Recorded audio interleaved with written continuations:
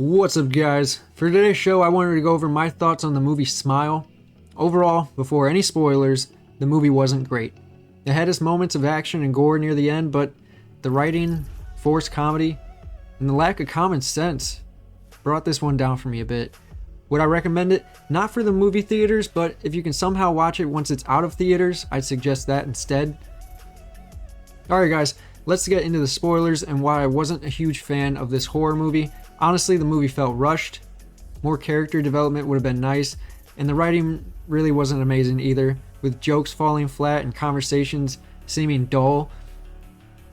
Just the way that she went from one patient to this whole situation gave me a sense the movie was going places fast. You know, being a 2-hour movie, I thought there was going to be a lot crammed in. You know, but they did it wrong. They did it pretty bad. They made the abusive boyfriend arc thinking she was crazy a bit too long. Could have cut that to the ex-boyfriend faster. Also, the widow could have been explored much more, with them possibly going to the library to look up the creature's history to possibly defeat it, you know, making it more intriguing. Instead, the main lead just never explains herself well and appears crazy to everyone. Missed opportunity with both of these actors, because I like the one dude from Haunting in Connecticut and I love the Latino from Scrubs, and they both only got a limited amount of screen time. They also cut away a couple times, leaving unexplained gaps, like with her therapist when she was being choked. Like, how did you go from being choked to being in a car? What happened in between those two events is what I'd like to know. The cat in the box also felt rushed. Just didn't make any sense. You're telling me no one fucking smelled that cat? Like, you or them, anybody, you know, prior to it being open? That's just a bit lazy if you ask me, because a dead animal is, if you've ever smelt one on the side of the road, it's potent. You're going to be able to smell it, and a little box is not going to stop it, you know? That's where they could have talked about their mother as well. Fuck all the obnoxious forced horror that they were doing with that scene. Just dive into the tension you're trying to build, you know? With the boyfriend thinking she's crazy, her sister thinks she's her mother all over again, and her boss sensing her stress. You could have, you know, that could have been a nice moment to kind of talk to her about her mother and figure out if she's actually crazy or not, you know? That could have been cool. Do we really need to be reminded constantly that this woman is going through it? I mean, I think it could have been much more creepy and subtle, you know, just not so expected, you know? Like, obviously, acting like a manic depresso with maniac tendencies with a knife in your front seat, talking nonsense, not being able to explain anything the entire 2-hour movie, you're gonna get noticed. You don't look confident in the situation. I didn't think you could beat it, personally. You looked rough. Just looks like you're getting shut down by the fucker. You know, who wants to watch that? You just could have made it more subtle. Like, her family didn't have to notice, and her sanity could have slowly degraded instead of just rehashing everyone thinks she's crazy the entire movie. Like, when she went back to work, they could have just cut that, you know, and she could have been on her own journey. When she got her leave, her notice of leave, you know, figure everything out. That could have worked a lot better. They rushed the sisters' lore a second time, which this is the scene that was actually them talking about their mother and all that, and they completely botched it. You know, they basically just told their sides and then left it at that. Like, nothing. There was no resolve, nothing at all. You know, the comedy, the comedy. Okay, comedy in a horror movie. If you can pull it off, like, if it's funny, cool. But if not, what's the fucking point of putting in comedy?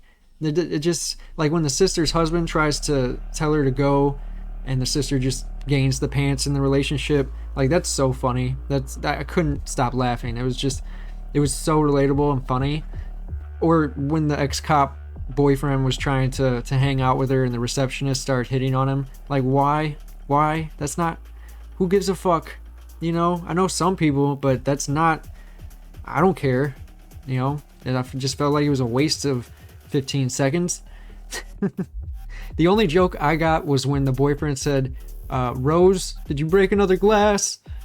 Which was only funny because my girlfriend broke a bunch of glasses one time and I reacted similar. But if that never happened, then most likely it would have just flown over my head, you know? Humor in a horror movie is not a need, you know? It felt out of place, waste of time.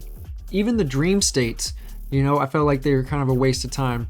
You know, they could have been cut or even shorter, even, you know, if you want to rush anything.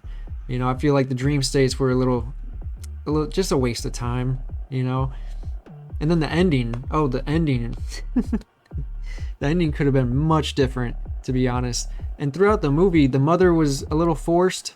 You know, they came into it at the end and explained what happened briefly, but we don't get any info on how her mom went crazy, or, you know, it was just she went crazy, and that's that.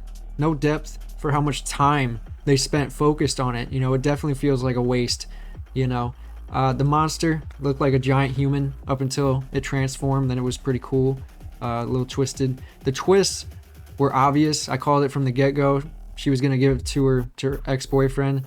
We knew the monster was just trying to get her out of the house at the end. That was so cliche, and honestly, that twist didn't matter at all, really, if you think about it, because her ex still found her in the end. So no matter what, they both would have died unless he just said, "Fuck it." He got up to the door and was like, "Nope, fucking out of here," you know. So I don't know. I feel like it was just a Ring ripoff overall, with the woman having a limited amount of time and going crazy. But in the end, she just bitches out. She's no hero. This isn't the Ring where they're trying to find a loophole and defeat it, you know. I think they could have even ended it with her killing herself. That would have been much deeper and impactful, you know, than what we got with this fire sequence where she's caught on fire and you can barely see it. It's in her ex's eye. You know, you literally just got his eyeball and you can see a little bit of detail, you know. You know, they could have told a different side of trying to defeat the monster.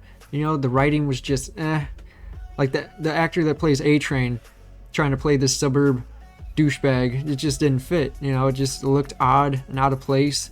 The gore was fine. It was ominous at times, you know. Jump scares got me a couple times, I'll admit, but it wasn't anything crazy. You know, I'm disappointed overall.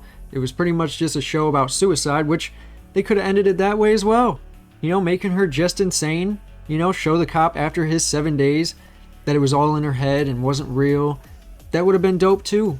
There was a lot of ways they could have went with this, and they just missed some opportunities to make a gimmick of a show. Like they took the Ring elements of you have 7 days and then just mixed it with mental disabilities. You know, like, and there's nothing wrong with not glorifying, but, you know, making notice of mental disability. But the way you did it, it's like, I don't know. I feel like it was an insult at the same time. Like, you at least have to make a supported case that your family and friends and coworkers can somewhat believe. You know, you just can't go around fucking not making a case for you at all. You know, like when she was trying to lie to the widow, saying she was some reporter, and then just out of nowhere just started, "He's not alone." It's like, you look insane. Like, why don't you tell her something, you know? I don't know. There's better ways to go about it. But anyway, guys, that's today's show. Tell me in the comments below what you guys thought of the movie. And don't forget to like, comment, and subscribe to join the Wolf Pack. Peace. Thank you.